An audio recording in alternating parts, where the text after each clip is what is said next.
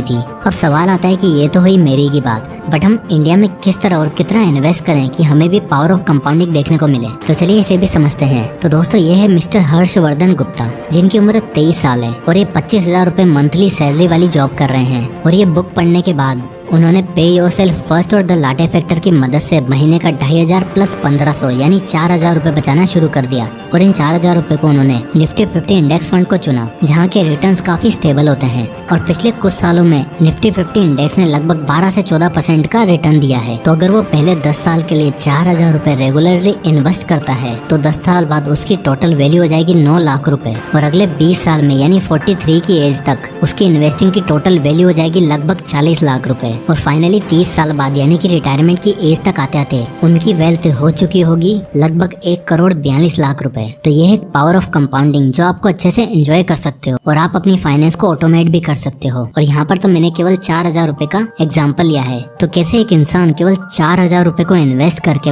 अपनी वेल्थ को लगभग 1.5 करोड़ रुपए कर सकता है। तो इसी तरह हमें भी छोटी मोटी स्पेंडिंग का बड़ा ध्यान रखना चाहिए कि हम कहाँ पर कितना खर्च कर रहे हैं। अब आता है lesson number 4, make it automatic. तो फाइनली पावर ऑफ कंपाउंडिंग जानने के बाद आपको सबसे इम्पोर्टेंट स्टेप जो लेना है वो है मेक एवरीथिंग ऑटोमेटिक। ऑथर एक बात कहते हैं कि if it requires a lot of discipline it probably won't work after all. यानी कि ऐसा काम जिसमें आपको बहुत ज्यादा डिसिप्लिन लगता है, आपको ब्रेन स्टॉर्मिंग करनी पड़ती है और आपको हमेशा उस चीज के लिए टेंशन लेनी पड़े, तो बहुत ज्यादा चांसेस हैं कि वो चीज काम ही नहीं करेगी। इसलिए जितना ज्यादा हो सके आपको अपने कामों को और स्पेशली अपने फाइनेंस को ऑटोमेट करना सीखना चाहिए। ऑथर एक कपल का एग्जाम्पल देते हुए बताते हैं जिनके ऊपर अपने घर का मॉर्गेज लोन था। उस कपल ने अपने लोन को चुकाने के लिए ऑटो पे का ऑप्शन सेलेक्ट किया, जैसे हर महीने की शुरुआत में उनका वो अमाउंट उनके अकाउंट से डिडक्ट होकर चला जाता था। और बिना किसी हार्डवर्क और डिसिप्लिन के उन्होंने ये काम किया और कुछ ही सालों बाद उनका ये लोन खत्म भी हो गया और उन्हें पता तक नहीं चला। ठीक उसी तरह जिम एंड स्यू ने भी यही काम किया था।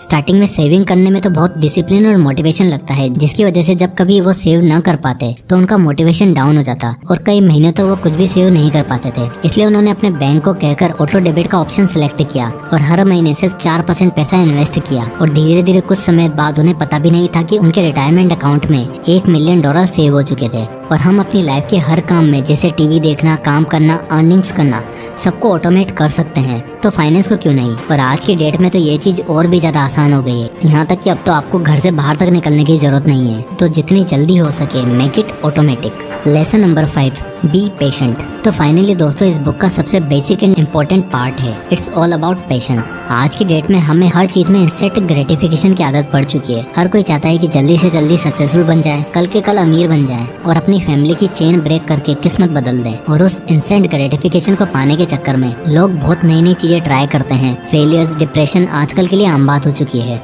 बट हमें यहाँ पर समझना होगा कि good things always takes time, और इसलिए वेल्थ बिल्डिंग करने के लिए सबसे इम्पोर्टेंट चीज है पेशेंस। बहुत सी बार आपको लगेगा कि ये सब बेकार है, इन्वेस्टमेंट में लॉस हो रहा है, सेविंग्स करना बेकार है, कुछ फायदा नहीं होता। पर इन सभी थॉट्स को इग्नोर करके आपको सिर्फ ऑटोमेशन पर ध्यान देना है। वेल्थ बिल्डिंग ठीक वैसा ही प्रोसेस है जैसे एक बिल्डिंग की कंस्ट्रक्शन होती है। जैसे बिल्डिंग बनाने के लिए एक ईंट जोड़कर कमरे बनते हैं, कमरे से फ्लोर बनते हैं और फ्लोर से बिल्डिंग। वो बिल्डिंग कंस्ट्रक्शन वाले ये नहीं सोचते कि धूप धूल या बारिश का मौसम है, देश में क्या चल रहा है या क्या नहीं। उनका सिर्फ एक ही मकसद होता है, लोगों के लिए घर बनाना। ठीक उसी तरह आपको भी बाकी सभी चीजों को इग्नोर करते हुए सिर्फ वेल्थ बिल्डिंग पर ध्यान देना है। ऑथर ऐसे ही कपल का एग्जांपल देते हुए बताते हैं जिन्होंने 1970 में इन्वेस्ट करना शुरू किया। स्टार्टिंग में तो वो रेगुलरली इन्वेस्ट किया करते थे, बट कुछ समय बाद उन्हें काफी दिक्कतें आने लगी। स्टॉक मार्केट की कंडीशन भी कुछ खास नहीं चल रही थी और फाइनेंस को लेकर दोनों हस्बैंड वाइफ में काफी लड़ाई भी होती थी। पर बावजूद इन सभी अप एंड डाउन्स के उन्होंने इन्वेस्ट करना नहीं छोड़ा। धीरे धीरे उनकी वेल्थ इंक्रीज होने लगी और बाय द टाइम रिटायरमेंट